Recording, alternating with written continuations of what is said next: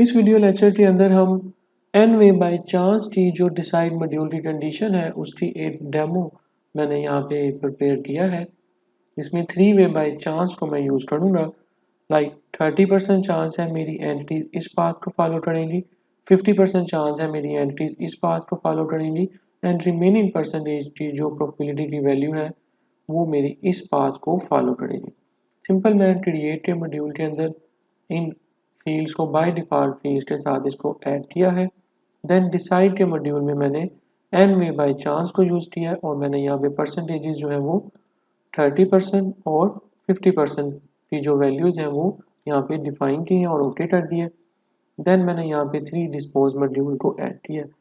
अब जब मैं इस सिमुलेशन को रन करूँगा तो देखें जो मेरी फर्स्ट एंटिटी है वो इस पाथ से आएगी और यहाँ पे जा रही है। कुछ एंट्रीज मेरी इस पाथ को फॉलो कर रही है और कुछ एंट्रीज मेरी इस पाथ को फॉलो कर रही हैं।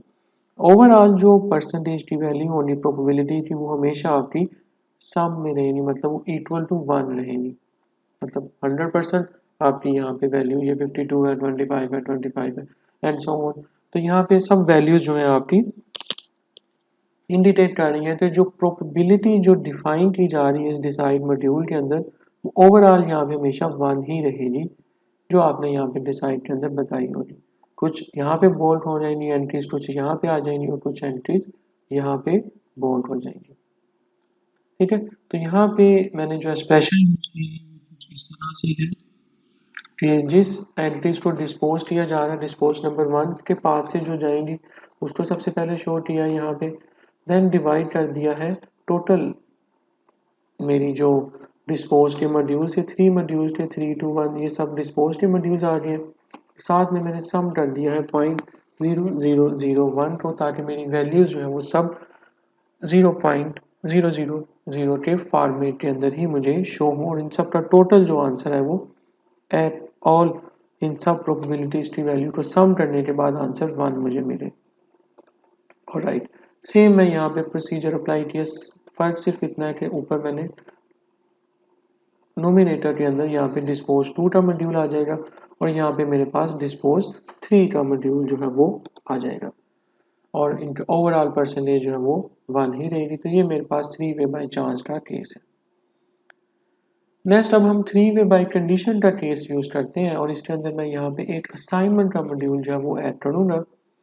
असाइनमेंट के मॉड्यूल के बारे में हम नेक्स्ट वीडियो लेक्चर के अंदर पढ़ेंगे, लेकिन जस्ट फॉर इलस्ट्रेशन पर्पस मैं आपको यहाँ पे डिफाइन कर दूँ कि असाइनमेंट का मॉड्यूल से आप डिफरेंट एंटिटीज के लिए पिक्चर, एट्रीब्यूट्स की वैल्यूज और वेरिएबल्स और entity type and some other जो टाइप्स हैं ये सब चीज़ें आप असाइनमेंट के मॉड्यूल के थ्रू असाइन कर सकते हैं। मैंने यहाँ पे असाइनमेंट के मॉड्यूल के अंदर एक एट्रीब्यूट डिफाइन किया है कस्टमर टाइप के नेम से और इसकी वैल्यू के अंदर जो मैं डिस्ट्रीब्यूशन यूज कर रहा हूँ वो डिस्क्रीट डिस्ट्रीब्यूशन है, दैट इज DISC। और इसका जो पैरामीटर है डिस्क्रीट डिस्ट्रीब्यूशन का वो इस तरह से है। First one is 0.3 is actually showing the cumulative probability value and the second value that is 1 is showing the value of that distribution and similarly for the rest।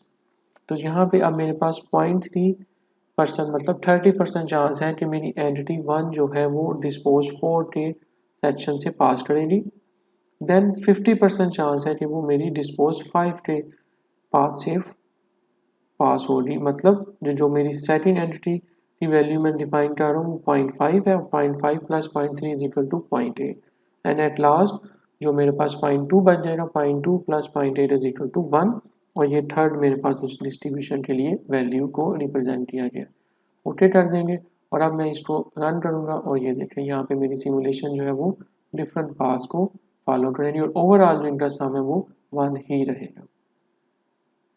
So basically in video lecture के अंदर मैंने आपको explain किया है कि आप different n way by condition या n way by chance को यूज करते हुए किस तरह से अपनी प्रोबेबिलिटीज की बेसिस पे या फिर डिफरेंट कंडीशन की बेसिस पे अपनी एंटिटीज को किसी other way around different path पे मूव कर सकते हैं। ओके, तो इस वीडियो लेक्चर के अंदर हमने सीखा है कि हम किस तरीके से डिसाइड का मॉड्यूल यूज करते हुए अपनी एंटिटीज को 3 वे बाय चांस या 3 वे बाय कंडीशन के थ्रू सिमुलेट कर सकते हैं।